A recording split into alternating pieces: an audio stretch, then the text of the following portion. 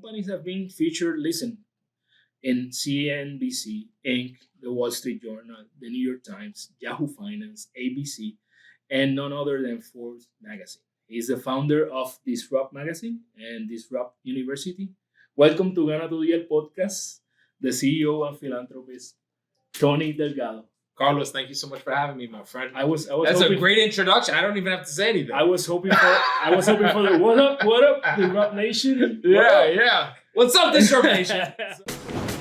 Esto es Gana tu Día el podcast, el lugar correcto para adquirir tu dosis semanal de estrategia de formación de hábitos en las áreas más importantes de tu vida, para que todas las noches cuando llegues a tu cama puedas decir: hoy yo gané mi día. Bienvenidas y bienvenidos a Gana tu Día el podcast. Este es el lugar donde aprenderás a cómo desarrollar los hábitos que te ayudarán a tomar el control de tu vida, para que todas las noches cuando llegues a tu cama puedas decir: hoy yo gané mi día. Esto es un episodio donde volvemos a romper las reglas nuevamente, ya que haremos una entrevista en inglés. Y si tú quieres ver esto con subtítulos en español, ve a nuestro canal de YouTube y de paso, suscríbete. Ya mismo vas a entender por qué es tan importante que hagamos esta entrevista en inglés. Welcome to Gana tu Día el podcast. This is your weekly dose of habits development, and I am Carlos Figueroa, the founder of Gana tu Día, and my goal is to impact 100,000 people, making the biggest habit development movement for Latinos out there, and helping people understand that their life is shaped by the little things you do every day. Every week, whenever you come to Gana tu Día el podcast, there are three things you'll find. First, you're going to know a little bit more about this movement. Second, you're going to learn strategies that you can implement in your own life so you can win your day. And third, I only interview people who do things they love, who follow their passion and their purpose. And trust me, this is one guy that is following his dreams and making them true. So all that I ask you is that you subscribe to our YouTube channel and you give us 5 stars in Apple Podcasts if you're listening this through the podcast. And this is probably the biggest interview I've done to date. This is our game changer, or this might be our disruption. And it's so big that I will introduce him with his own quote. In order to succeed, all I need is Wi-Fi and a dream. And dreams are things he is used to make reality. He came to Puerto Rico to support people affected by Hurricane Maria, but he didn't know that it was going to disrupt his own life, and he would end up leaving his role as Chief Technology Officer and moving into the island, creating the Disrupt Foundation, with which he is aiming to create the next Silicon Valley here in Puerto Rico. He has worked with some of the biggest names in technology, which include LG, Google, Microsoft, and has won numerous awards as one of his other titles, which is Hackers. And his companies have been featured, in CNBC, Inc., the Wall Street Journal, the New York Times, Yahoo Finance, ABC, and none other than Forbes magazine. He's the founder of Disrupt magazine and Disrupt University. Welcome to Gana tu Día el podcast, the CEO and philanthropist Tony Delgado. Carlos, thank you so much for having me, my friend. That's a great introduction. I don't even have to say anything. I was hoping for the what up, Disrupt Nation. Yeah. What's up, Disrupt Nation? So, yeah, man, thank you so much for having me on your show. Thank you for what you stand for. I mean, when I moved to Puerto Rico, I moved here by starting a podcast. That was a big part of my move here. I strategically started my podcast about 6 months before I came to the island, and I interviewed some people from the United States, but then a lot of strategic influencers and innovators in the technology and entrepreneur space, like Sofia Stolberg from Piloto 151 and Sebastian from Parallel 18. So I strategically interviewed a lot of the right people so that when I came and made the final move down here to Puerto Rico, I knew some cool innovators in the space. So I'm super, super grateful, and it's a pleasure to be on your show. Well, first off, congratulations on the biggest investment you're gonna make in your life, which is gonna be your new baby. And I'm hoping that you're staking sleep because as it was Ethereum, because you're gonna need it. Trust me, you are going to need that. So Tony, you came to Puerto Rico to solve a problem bigger than yourself. And all you needed was Wi-Fi and a dream. So I want to know, what's the problem that you came to Puerto Rico to solve? So I came to Puerto Rico after Hurricane Maria. We first and foremost, we sent supplies, like Puertorricans, Latinos, and really just everybody, people from all walks of life, were sending supplies when we saw what happened in Hurricane Maria. And then we turned on the news and we saw that the supplies weren't getting where they needed to go. So about 2 months later, 50% of the island, more than 50% of the island still didn't have power. And we were like, okay, we need to do something. So I came to Puerto Rico and we give away 300 solar panel lights. And we weren't a big nonprofit. We weren't some big corporation. It's just a bunch of entrepreneurs that came together and wanted to make an impact. And I remember being on the top of a mountain. We were in the Campo somewhere, like near Lattice in the center of the island. And they didn't have power. They didn't have electricity. They didn't have water. But what they did have was Wi-Fi, because my phone worked. So even we're in the middle of nowhere, but my phone worked, and we were able to do an IG Live. We were able to communicate. And I realized that the same internet connection that they had access to on the top of that mountain was the same internet connection that I used my whole life to make money. So the only difference between that family and myself was education, right? The quote that I always say is either you had fuck you money or you had JetBlue money when Hurricane Maria happened, right? Either you had fuck you money, you had so much money, you could buy a backup generator, you could do whatever it is that you needed to do to sustain, you had a big house, you could fix it, or you had JetBlue money and you left the island. And then it was really the people that were disaffected that had no money or not enough money and no resources, right? And then they didn't have a voice, right? They didn't have a voice to actually be spoken for. And they were the last communities to get power. And even there's some communities that still have problems with internet, have problems with electricity. But the big differentiating factor there is access to capital and access to education. So I decided to move to Puerto Rico full time in 2018. We started the first Disrupt Puerto Rico event that year, and we got innovators from all around the world. I took a little bit of inspiration from South by Southwest, which was that festival where innovators come to Texas, and it created this tech ecosystem in the middle of a desert. And if they can do it in the middle of the desert, then why can't they do it here in Puerto Rico? And what ends up happening is you do these events, and some people start businesses, some people move to the island, investments get made, ideas happen. And so we started the event. The first year we had about 50 speakers. It was a week-long event. It was like 7 days in a row. Probably the hardest thing that I've ever done in my life. Since then, the events have shrunk in size, so we usually do them for about 2 to 3 days. We feel that that's more effective.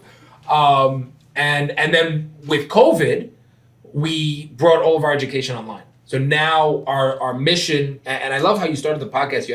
You qualified the impact that you're trying to make. We started with a mission to impact the 3 million people here in Puerto Rico, right? And I took a little bit of inspiration from Gandhi, not to say I'm Gandhi, but I took inspiration from Gandhi because he wasn't elected, right? Nobody chose him. He chose his mission. And he took responsibility for the 3 billion, Billy with a B, people in India. So when I heard that story, and then just so happened I was in a seminar in New York, I heard that story, and then I Googled population of Puerto Rico, and it was 3 million. I felt like a punk. I was like, if Gandhi can take 3 billion people, why can't I do a little 3 million on the island where my family's from? So at that time, our mission was the 3 million people in Puerto Rico. But now, thanks to the digital economy, the stuff that we talk about, we've been able to bring that message to the 400 million people in Latin America. That's beautiful, and I'm at the right place because I'm sure that our missions can use each other to collaborate, and this is just probably just the beginning of that. So I need to know, how do you go from $50 a week to $3,000 a day. Yeah, so that's a quote from one of the podcasts that I was on with Sam Bakhtiar. But rest in peace. So I started out selling stuff on eBay and Amazon when I was about 16, 17 years old. And it was crazy because back then, this is in the 90s, in the late 90s, internet was sort of new. So some people knew about it, but it wasn't really as mainstream, as ubiquitous with the general population as it is today. And it was a weird place. It was like kind of a place for like nerds and like certain people that kind of knew about it. But it wasn't as mainstream as it is today. So I started out selling stuff on eBay and Amazon. And I felt like I discovered money. My mother told me recently that when I was 18, I told her I want to retire already. So, and she's like, retire from what? But this was my mindset because I was able to start selling things on eBay and Amazon, and I was selling products to people all around the world. I had people in Europe and people in Japan and Korea and all these crazy places I've never been. And they were buying products and services from me. So I started out selling t-shirts online, selling CDs, literally anything I could get my hands on where I could make a profit. I started offering those products and services on primarily eBay and Amazon. And I noticed that, wow, I can actually make $30,000 in a month, right? I remember when I hit that record month, and I was like, isn't that what the teachers make at the school? I'm still going to school. It's like, isn't that what the teachers make in a year? And I'm able to, and they have to go to college and they have to go through this big, huge process. And I'm a kid essentially, and I'm able to make that in a month. And I'm just getting started. I don't even know what I'm doing. So that's how I got started. I got started in e-commerce. I recommend anyone that wants to be a digital entrepreneur to start in e-commerce. So I have a trifecta of making money online, of the digital economy. So the first step is e-commerce, right? Because with e-commerce, I don't care who you are. I don't care where you're from. If you have a product and I want to buy it, if you have a t-shirt and I want to buy that cell phone, you have the new iPhone 11 and I want it, I'm going to send you the money, you're going to send me the product, and the transaction is complete. The second level is then some form of consulting, right? And what a lot of people do is they try to skip that step, right? But in the e-commerce step, you learn payment processing, you learn marketing, you learn online communication, whether it's social media, email, etc., right? You learn all those core skills. So a lot of times people try to skip and say, no, I'm a consultant, I'm a coach, I'm a life coach. But it's like, it's hard to be a coach if you haven't played on the field, right? Some of the best coaches, even if they're not the best players, some of the best coaches are former players. They have some skin in the game, some history. So the second level in online entrepreneurship is that coach, that consulting, that marketing agency, right? Providing digital marketing services. And that can be really lucrative. And you can go to a local business, you can go to a pizza shop. And I did this when I was younger. You can go to a local cafe, you can go to a local real estate agent, a lawyer, etc. All these local businesses, and they don't understand digital. They don't understand. They know how to make money, right? I have former clients who had huge law firms, huge real estate agencies, right? They know how to make money. Even pizza shops can make millions of dollars, right? They know how to make money, but they don't understand digital, and they don't understand how using the internet, using social media can exponentially impact their business. But you can go to these businesses and say, hey, look, I made $30,000 on eBay. Or I started this Shopify store. Here's a website that I actually created. Here's a brand that I've created. And I actually have, you're not paying me to learn. I'm actually coming to you with real experience, right? So that's the second level in an online entrepreneur's journey. And then the third level is then selling information, right? So writing a book, right? And again, so many people, and this is the problem with social media, so many people try to skip that step. It's the first thing, and they're like, I want to write a book. It's like, there's nothing to talk about in the book. Is it a coloring book? Like, what is the book about, right? They try to skip that step, and they try to go straight to being a teacher when they don't have the track record to actually back that up. So in an entrepreneur's journey, if you're 18 and you're listening to this, the first step, the easiest way to make money online, and you can make a lot of money online, literally make millions of dollars, is with e-commerce, because it doesn't matter who you are, right? When you get into the consulting level, there's still an expectation of who you are, what's your track record, what's your history. And then when you get into the information product level, then it's even more scrutiny. It's like, why should I, forget about the $10 to buy the book. Why should I waste my time?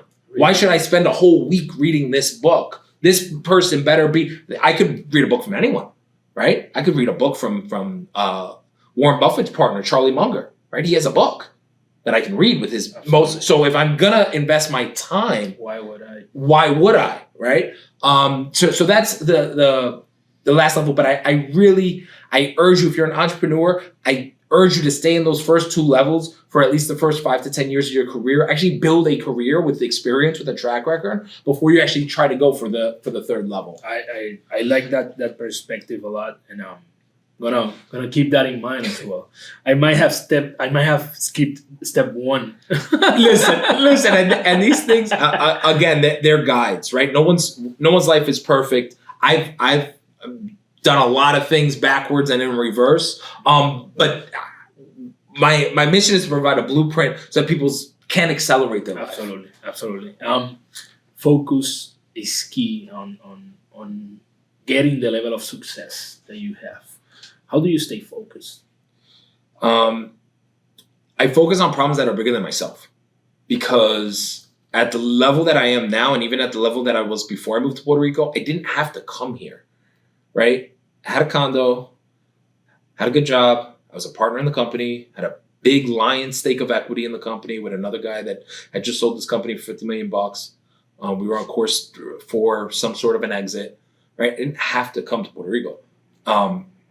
And now I've came to Puerto Rico, I made some success, and honestly, I can, again, if I wanted to, I could stop. My bills, Puerto Rico is a beautiful place. You could retire. My cost of, I could retire, right? I could retire like I wanted to when I was 18, 17, right? So the thing that drives me, and the thing that when I've asked entrepreneurs like Les Brown, who I just did an interview with, who he's 77 and he's doing events in COVID with freaking 2,000. I was like, this is a super spreader event. Holy shit. It was crazy, right? And I was backstage and I asked him, I was like, what's driving you? And he's like, well, no, I'm trying to create the future leaders, right? So the thing that's going to drive you after you have any sort of success, because it's easy. Listen, you can get on eBay and Amazon and start making money, right? You can start an agency and start making money. The thing that's going to drive you after you get to 6 figures, there's a statistic, I love this. After $75,000 a year, your quality of life doesn't change much.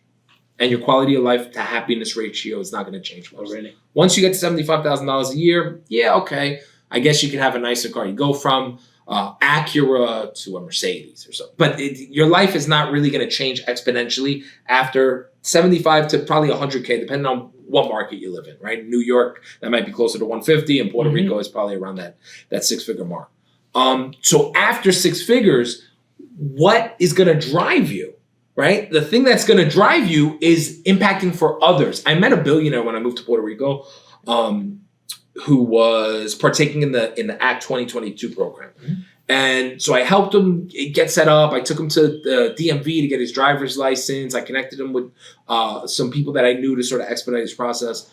And I asked him, like, what's driving you, right? He said, listen, I'm not even making money for me anymore. I'm making money for my kids. It's like, I'm putting money in a trust. He was in the process of selling a company for $700 million. Wow. And he said, I'm putting that money directly into a trust. Because he wasn't working for him anymore. He had already, all his basic needs had been met years ago, right? So now it's like, what's driving me to put money in a trust for my kids? What's driving me to bring wealth to the people on my team? What's driving me to bring wealth to the people in my community, my family, right? So you have to focus on a problem bigger than yourself if you want to keep going. If not, you just run out of steam. That's beautiful, and I love that fact that you just provide us on money, because we tend to focus on money and we think happiness is on the other side of those 100K, and it's not. And you mentioned Les Brown, and it is like you're reading my questions here, because I was going to tell you, like, I see your Instagram, and that's my dream Instagram, and I'll tell you why.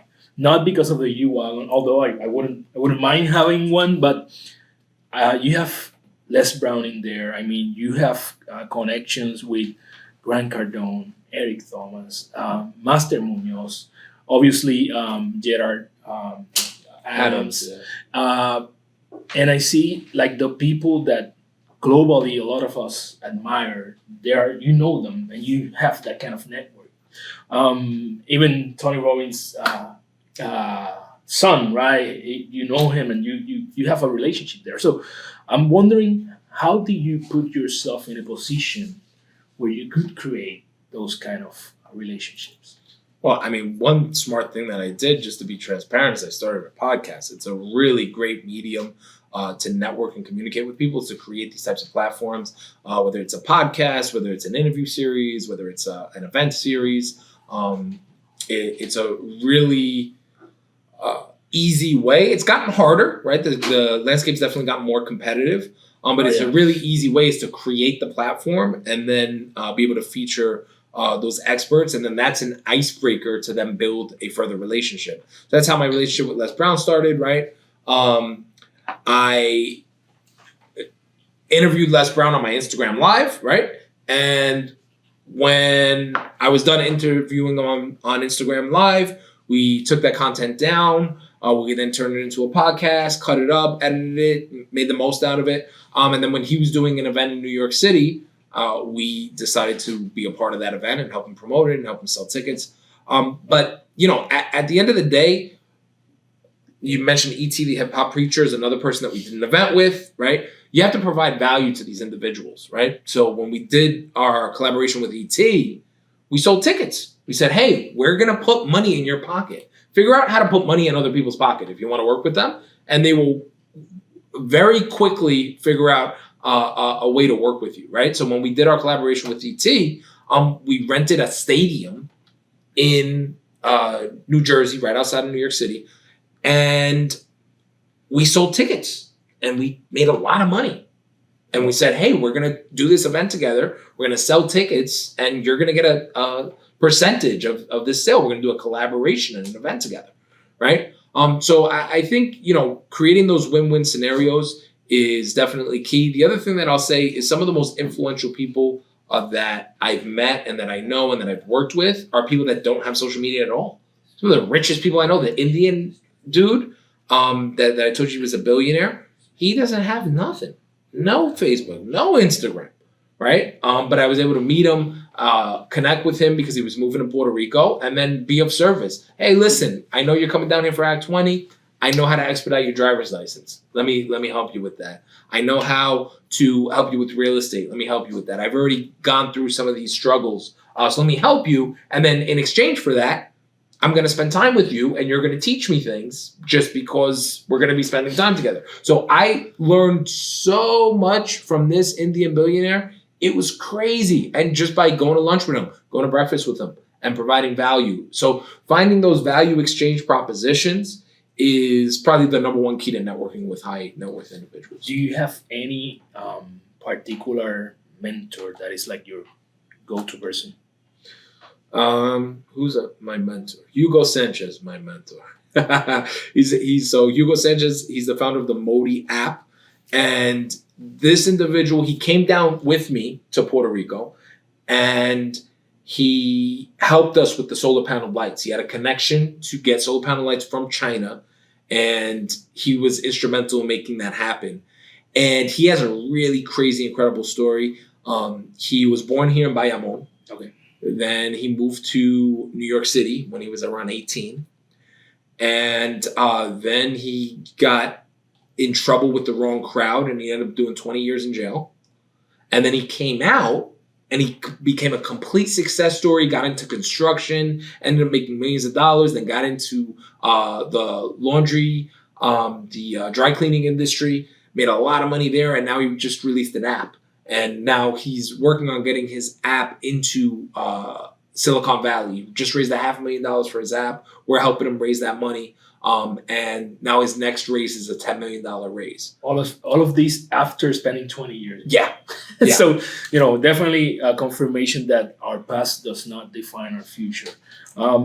Since you mentioned money, I know obviously we're in Latino Wall Street here, so you're a big fan of stocks, crypto. I know you're doing a lot of things in crypto right now, but you don't necessarily support like Forex trading or stuff like that. At least I saw you posting something about not if you want to become a millionaire, make sure you do this, but not this. And I just want to know why, because I know nothing about Forex trading. I know it's very popular. Neither are none of the guys selling the courses. Just to be clear. I just want to know, why you say no to that. Listen, I'll be super transparent. I've never done Forex trading, but unfortunately, there is a part of the online education influencer, entrepreneur, and I put that in air quotes because, like I said, most of the entrepreneurs I know don't have social media. Or if they do, they have it for their business and not for their personal brand.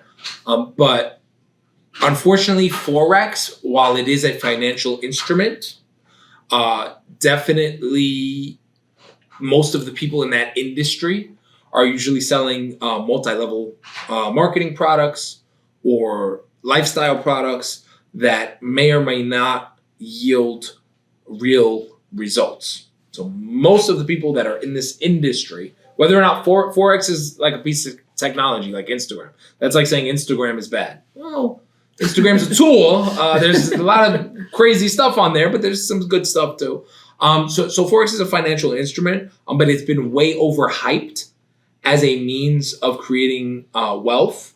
And the real wealth is the holders. The real wealth is generated not by a lottery ticket. Not by, I'm going to put $100 into Forex and it's going to turn to $1 million. That's not going to happen in Forex. That's not going to happen in crypto. That's not going to happen in the stock market. The real people that have wealth, that accumulate wealth, they do so by contributing and having a long-term strategy. And I'm going to give you an example, a little story from my life. So I signed up for a account at Morgan Stanley. Morgan Stanley is like one of the biggest banks in the world, investment banks. They really only work with high net worth individuals, but they have a product that they're offering to the general public.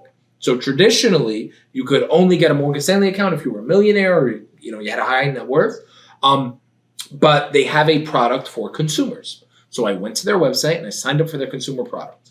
And when I signed up for their consumer product, I clicked create my account, and then they didn't ask me for my name, they didn't ask me for my email address, my phone number, nothing. The first question they asked is, how much money are you going to contribute to fund your account today? And the minimum was $5,000.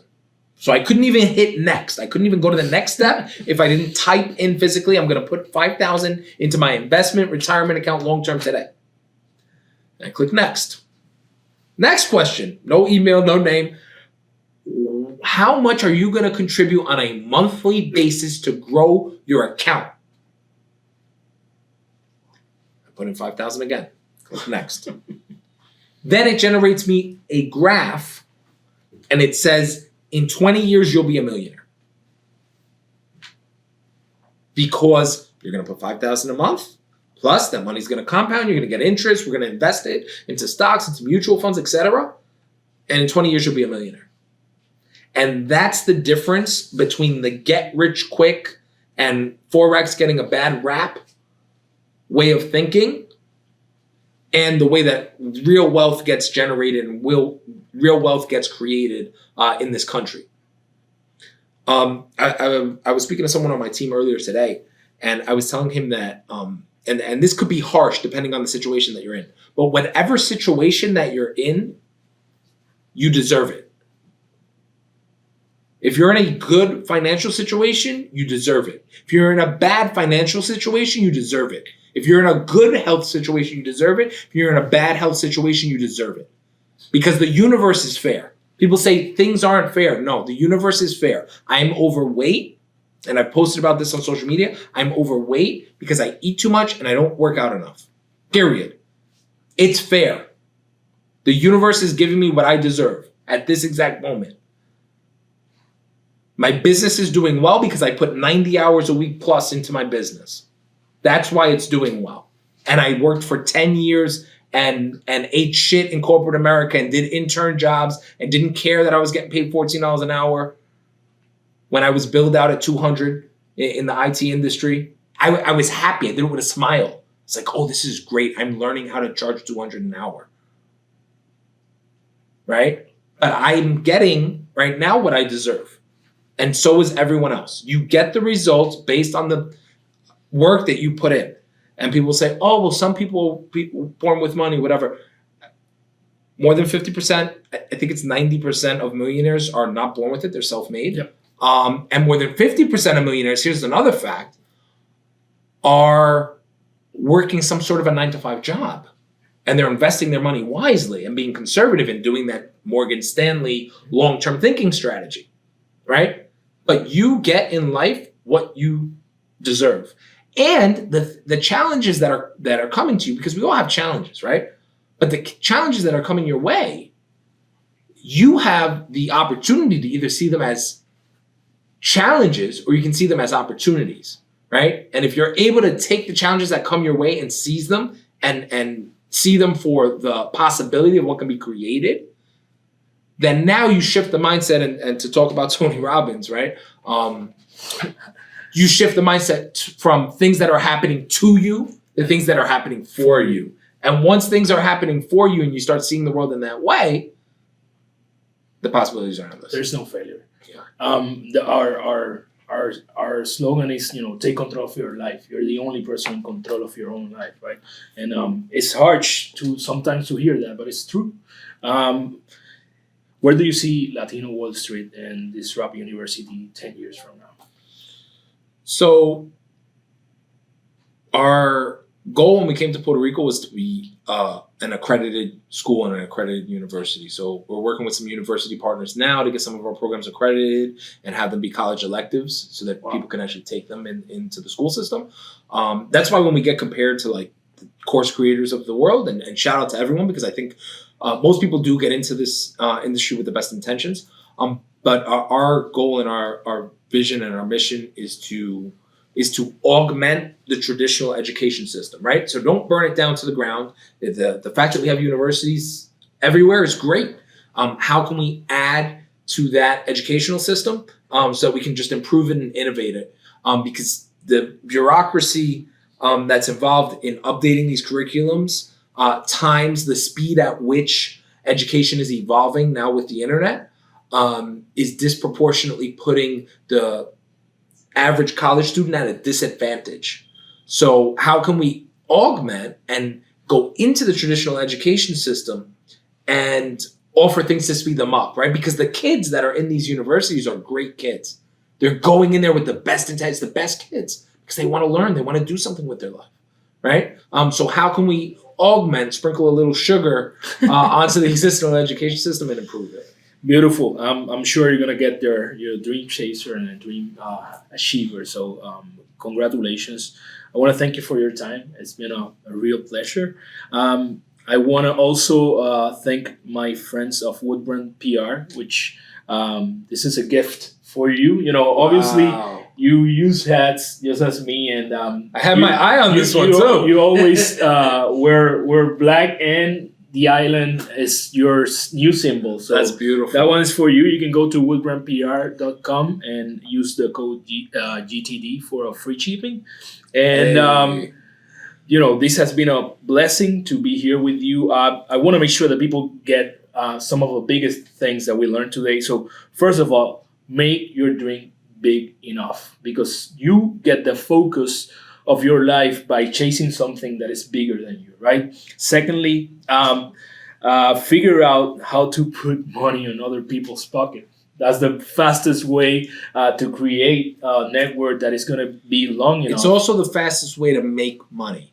Everyone that's making money is making money for other people. And that's what you really need to realize. Again, the system is more than fair. Capitalism is the greatest form of voting, right? So when you wake up every day and you're spending your dollars in the economy, you're voting on what businesses you believe in and what businesses you don't, right? Think about Kanye West. 5 years ago, he was broke. He was on Twitter tweeting, saying, at Elon Musk, at Mark Zuckerberg, loan me $1 billion, I'm good for it. And he was broke. He was at bankrupt at that time. And 5 years later, fast forward, his Yeezy deal with Adidas, he's now one of the first black billionaires in the world. And he was able to do that because people voted with their dollars. People said, no, I'm not going to go to Payless. I'm not going to go to Nike. I'm actually going to vote for Yeezy. I'm going to vote with my dollars. So it's the purest form of actual democracy is capitalism, where people are voting with their dollars. And if you meet rich people, most people hate rich people because they haven't met them. I've met people that are wildly rich, wildly successful. They're the nicest people in the world. It makes me feel like an asshole. It gets me present to how rough and crude I am when I hang out with high net worth individuals, and it makes me actually have to reevaluate my way of being. Because anyone who's achieved a high level of success, chances are they've made a bunch of other people wildly successful and wildly rich along the way.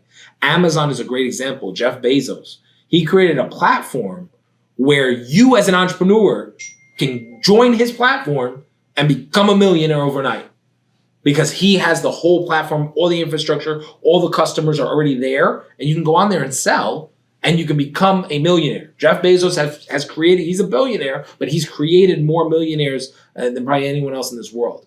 So the biggest takeaway, if you do want to attract money and attract wealth, is to create wealth for other people. Beautiful. And make sure you remember that you deserve whatever you're at right now.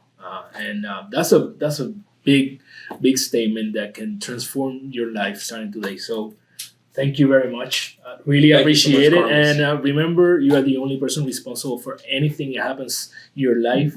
And the way that you can achieve your goal is taking the actions that will take you closer to the person that you want to become. So every night, every day, make sure that you do the habits that take you closer to that person. So whenever you go to bed, you can say, today, I won my day. Thank you very much. Appreciate it. Thank you so much, Carlos. Yeah, that's a wrap. Ese fue el gran Tony Delgado, fundador de Disrupt Foundation, con quien aprendimos demasiado en bien poco tiempo. Tony nos dijo que nos enfocáramos en resolver problemas que sean más grandes que nosotros, en sueños que sean suficientemente grandes, y que lo único que nosotros necesitamos para cumplir esos sueños es Wi-Fi. Entonces busca la manera de poner dinero en el bolsillo de otras personas, y así vas a lograr poner mucho dinero en tu propio bolsillo.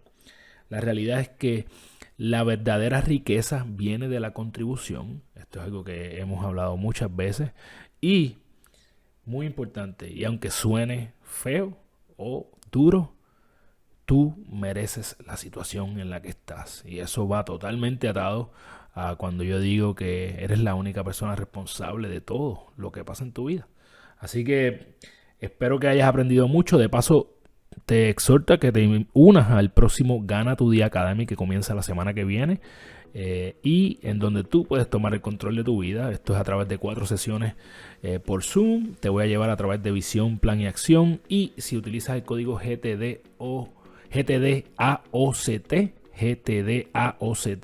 vas a obtener 20% de descuento. Te prometo que vas a añadir mucho valor a tu vida y te vas a rodear de personas que te van a ayudar a crecer. Así que nada, esto es todo por este episodio mágico con el gran Tony Delgado. Espera muchas cosas nuevas de Gana tu Día, y recuerda que eres la única persona responsable de todo lo que pasa en tu vida, y que la forma en que tú cumples tus sueños es desarrollando los hábitos que te acercan a ellos, porque tú eres tu hábito. Diariamente toma las acciones que te acercan a tu mejor versión, para que cuando vayas a la cama todas las noches puedas decir, hoy yo gané mi día. Te envío un fuerte abrazo.